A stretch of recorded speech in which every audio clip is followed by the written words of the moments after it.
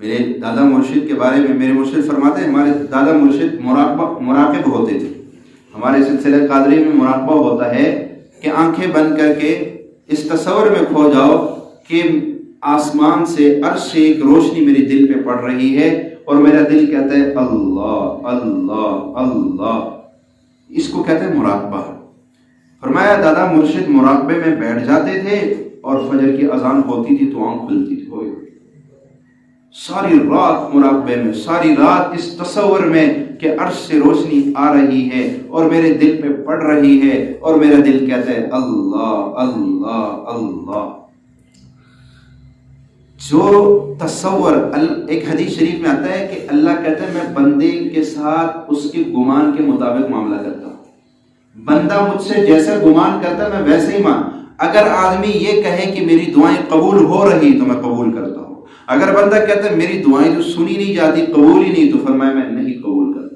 جیسا گمان کرو گے اللہ کے ساتھ اچھا معاملہ رکھو، اچھا گمان رکھو، اللہ ویسے ہی معاملہ تمہارے ساتھ کرے گا، ویسے معاملہ کرے گا.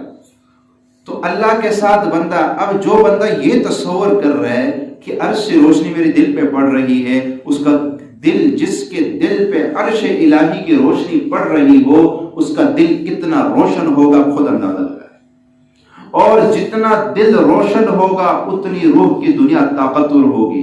جتنا دل روشن ہوگا اتنے سجدے طاقت والے ہوں گے. جتنا دل روشن ہوگا اتنا قیام طاقت والا ہوگا. جتنا دل روشن ہوگا اتنی قرآن کی تلاوت میں لذت آئے گی. جتنا دل روشن ہوگا اتنے درود پاک پڑھنے میں لذت آئے گی. جتنا دل روشن ہوگا اتنے اللہ سے باتیں کرنے میں لذت اور مزہ آئے گا.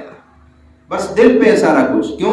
اللہ کے نبی نے فرمایا کہ انسان کے جسم میں گوشت کا ایک لوتھڑا ہے، اگر وہ ٹھیک ہو جائے سارا انسان ٹھیک ہے، اگر وہ خراب ہو جائے تو سارا انسان خراب ہے. پھر 3 دفعہ فرمایا الا وہی القلب، الا وہی القلب، الا وہی القلب.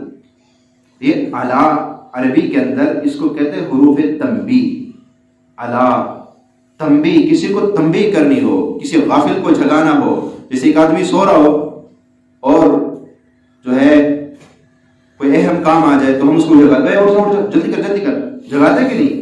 تو یہ الا الا الا، خبردار، جھاگ جاؤ، اٹھ جاؤ، غفلت سے باہر آ جاؤ. الا، اللہ کے نبی نے 3 دفعہ فرمایا الا وہی القلب، الا وہی القلب، الا وہی القلب. وہ دل ہے، وہ دل ہے، وہ دل ہے.